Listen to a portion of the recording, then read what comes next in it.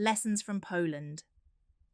Poland in the 1980s, a time when the Communist Party presided over a regime so hollowed out that its facade of legitimacy barely concealed its decayed interior. Officially a government of unity, Poland functioned under a de facto one-party state. Voters had no meaningful options, as every election merely reaffirmed the same ideological framework. Since political participation brought little change, it unsurprisingly dwindled. Sound familiar? We think so. The disillusionment of the era mirrors very closely the disillusionment being experienced by populations in late-stage liberal democracies today, where entrenched elites offer only variations on a theme, and more commonly than not, foster detachment and frustration among the electorate. In Poland, the repression of genuine opposition eventually bred outsider movements. Solidarity, the trade union come political force, surged in popularity. But even as it grew more powerful, it was relentlessly demonized by the ruling elite, who soon became known as the nomenklatura. The result saw Solidarity labelled as radical, dangerous, and, crucially, manipulated by foreign interests.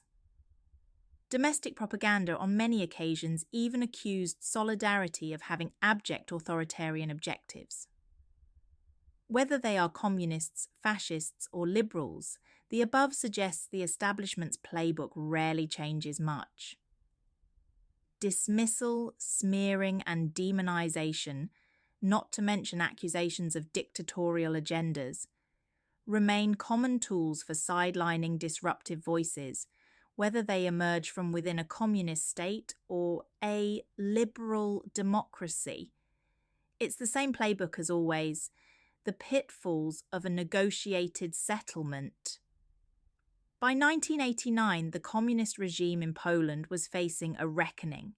Decades of economic mismanagement, authoritarian overreach, and rampant corruption had discredited the government entirely. The spectre of revolution loomed. But instead of waiting for the guillotine, Poland's elites opted for a roundtable parley, a negotiated settlement with Solidarity. These negotiations with key Solidarity figures birthed a new democratic framework. But the deal arrived at also, very importantly, included a de facto unspoken promise that for the sake of the stability and cohesion of the country, a policy of mutual amnesty between all would be entertained. As part of that deal, Solidarity's political prisoners would be freed, while certain members of the communist order would be allowed to retain power. Crucially, most of the communist regime would be spared the full weight of justice. That meant no sweeping purges, no trials, no dismantling of entrenched networks. The arrangement paved the way for the moderates among the communists to entirely reinvent themselves. By the mid-1990s, many had regained significant political power, with many high-profile members of the old communist Polish United Workers' Party rising to top political positions. For many Poles, however, this leniency felt like a betrayal. They contended the deal allowed the old power structures to morph into crony capitalist networks. When the right-wing PIS, Law and Justice Party, rose to power in 2005, it had become clear that the deal of 1989 had left too much unfinished business on the table. PIS had been forged out of an offshoot of the conservative factions of Solidarity. These elements strongly opposed the rapid privatization being promoted by moderates because of fears the process could be corrupted thanks to the weakness of Polish institutions. They also resented the sale of so many Polish state assets to foreign owners, which they viewed with suspicion. This time, the party responded decisively. Efforts to expose alleged collaborators with the communist regime would be increased, with lustration presented as essential to Poland's democratic consolidation. Lustration nation. The lustration drive that began required public officials, academics, and journalists to declare whether they had ever collaborated with communist-era security services. Separately, the Institute of National Remembrance, a guardian of the communist-era files, became central to the process. This is a notable point to emphasize because the Institute's former director, Carol Narocki, has just been named by PIS as their prospective candidate for the upcoming 2025 presidential election. Within the Institute's arsenal was something very controversial called the Macierewicz list, the Jeffrey Epstein list of its day. The document was compiled by Antoni Macierewicz, who was at the time Minister of Internal Affairs in Poland's first post-communist administration under Prime Minister Jan Olszewski.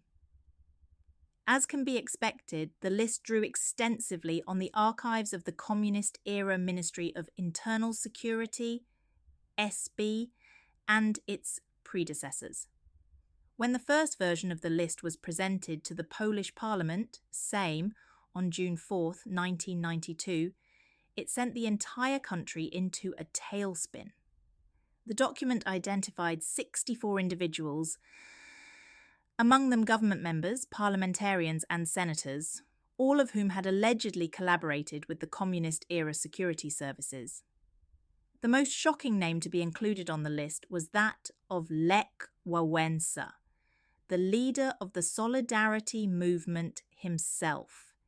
The list alleged he had operated as an asset or informant codenamed Bolek for Poland's equivalent of the KGB. To say the consequences of the list's publication were explosive would be an understatement. The revelation stoked shock, paranoia, and defensiveness among the old guard, who were outraged that their long-time opponents had dared to backtrack on the original amnesty agreement. They accused the former Solidarity men of inciting needless division and polarization. The list had punctured the fragile pretense that grievances had been laid to rest. And no one was seemingly above suspicion, not even communism's most famous resistance members. Nor did it help that the list was presented during a late-night session without prior warning. Critics further claimed that many of the allegations could not be adequately verified or substantiated. SB records were too often incomplete, manipulated, or unreliable due to having been produced by a regime that operated with secrecy and coercion. Others argued that many individuals were only listed because they had been forced to collaborate under duress. The surrounding scandal eventually cost Olszewski his government. Despite the pushback, just being named on the list proved damaging in a lasting way. Wałęsa's inclusion especially opened people's minds to how the regime may have manipulated the population by infiltrating opposition groups specifically to sabotage or control them from the inside. Wałęsa's reputation never fully recovered from the incident.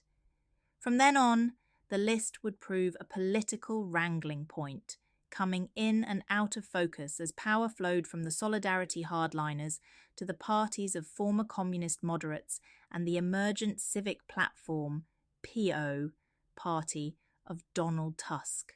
While the latter lacked any prominent former Solidarity members, it nonetheless styled itself as having emerged from the anti-establishment elites and intelligentsia, and being cut from a very different cloth could rise above this cycle. Party of Reunification.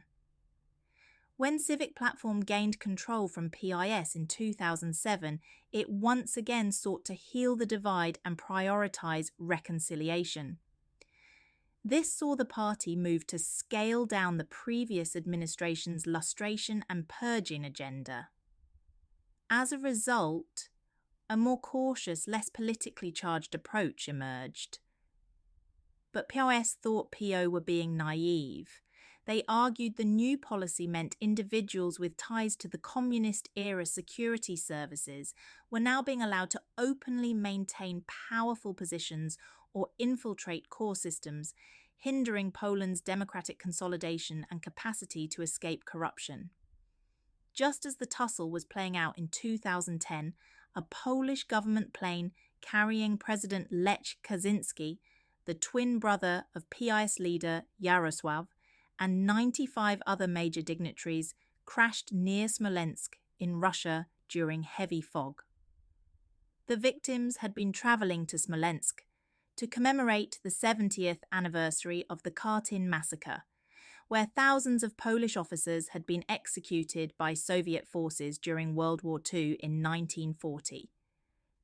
A fact Russia had only recently admitted to. There were no survivors from the crash. Suspicions this was no mere accident immediately proliferated. Before long, Antoni Macierewicz, the compiler of the original purge list, now also a prominent member of the PiS party, officially advanced claims that the Smolensk crash had not been an accident, but an assassination orchestrated by Russia. Poland's remnant secret services, he added, may also have been involved. Under Macierewicz's watchful eye, the government initiated an official commission to investigate the accident, but, at least if you believe PiS claims, the probe was continuously obstructed by both Russian and domestic opposition forces. The related intrigue, speculation, and mourning eventually paved the way for PiS' return to power in 2015. Public grievances against Civic Platform by this time had also been building up. The key complaints will be familiar to the Anglosphere. Ordinary Poles, especially those in rural areas, smaller towns, and lower income groups, felt they had been left behind by the party's key economic record. Inequality, cronyism, and social alienation were rife. There was also a sense that PO had prioritised urban elites and EU interests over the struggles of everyday citizens.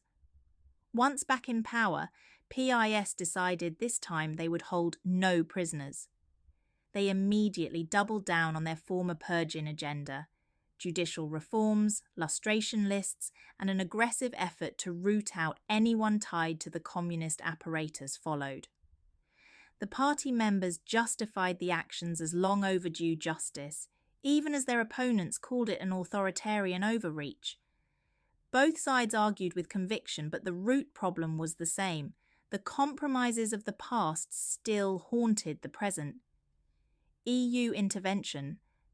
However, it was when the European Union deemed PiS's judicial reforms an undemocratic attack on the independence of Polish courts that the negative feedback loop arguably began to spiral out of control.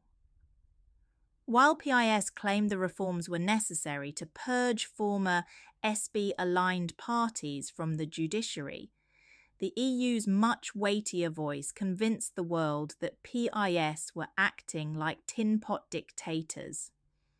The clash would be costly for the administration, both in terms of reputation and funding. Brussels moved to economically penalise Poland for its alleged democratic backsliding by withholding €137 billion of critical COVID recovery and cohesion funds unless key judges were reinstated. In reality, however, EU leaders who had never penalised Italy for similar contraventions were engaging in their own revenge agenda. Among their biggest grievances was that the PiS government had defied the EU's migration and LGBT policies. Poland had explicitly refused to take their share of EU refugee quotas in 2016 and onwards, or to accept Commission directives normalising LGBT+ rights. Equally troubling in the Commission's mind was PiS's control of the airwaves, specifically state media, which Brussels claimed meant independent media had been interfered with. Forced into a defensive, PiS dug its heels in.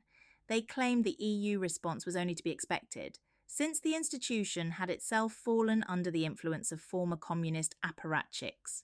Any leaning on the media by them, meanwhile, was merely to correct for the bias of the largely foreign-owned independent press. Since the Macierewicz list had failed to decisively prove communist linkages, the party became obsessed with finding other ways to expose remnant communist infiltration of the system. To do so, they turned to somewhat unscrupulous tactics. Spying on the opposition with Israeli Pegasus software. By 2023, the extent of the surveillance operation directed by the PIS government became known. The public were horrified. They saw it as a betrayal of the very things key PIS figures had fought against in the 1980s. Tusk expertly exploited the momentum for his own political ends. The same year, running on a platform of vengeance against the authoritarians of the previous administration, Tusk returned to power as head of a new coalition government. But again, the angry rhetoric only intensified the retaliation cycle. Tusk, seemingly unable to stop himself from becoming everything he too had previously criticised, unironically began to turn to authoritarian tactics himself. His lustration drive, however, was not focused on purging former communists from the system, but rather former PIS authoritarians. The most recent example of the tit-for-tat race to the bottom going on in Warsaw is the hauling into Parliament this week of central bank board member and former PIS spy chief Piotr Pogonowski. He now faces a special commission looking into whether the former PIS-led government misused Pegasus hacking software to spy on its political opponents. America at its roundtable. But now it's time to turn back to the United States. The scandals surrounding Hunter Biden, though incomparable in scale to Poland's communist collapse, pose a similar question about the durability of American institutions. The Hunter saga is not merely about personal misconduct, but also a proxy for accusations of corruption and impropriety within the political elite. It underscores a growing perception that the system protects its own while punishing dissent. The pardoning thus marks a watershed moment, a negotiated settlement of sorts. Indeed, Biden's defenders are already framing it as a necessary act to prevent the descent into partisan revenge politics, and the only way to unify the country by protecting the former establishment from reprisal attacks. But Trump supporters can also argue the pardon entrenches the very double standards fueling public disillusionment. In the months to come, both sides will likely claim the moral high ground, and yet the underlying choice mirrors that of Poland in 1989, amnesty or purge, the endless power or prison cycle. In conclusion, the Polish experience offers a cautionary tale. Amnesties may diffuse immediate tensions, but in exchange they leave grievances to fester. A purge, meanwhile, risks backlash, polarization, and instability, even potentially civil war. The final norm that emerges is often the same. You're either in power or in prison. Poland's PIS government justified its own authoritarian tendencies as necessary to correct for the sins of the past. But in doing so, it mirrored the very behaviours it sought to condemn: spying on opponents, packing courts, and eroding institutional trust. If Biden's team views pardons as a way to stabilise the system, they too may be in for an uncomfortable surprise over the long term. History tells us negotiated settlements are rarely a resolution, but a truce.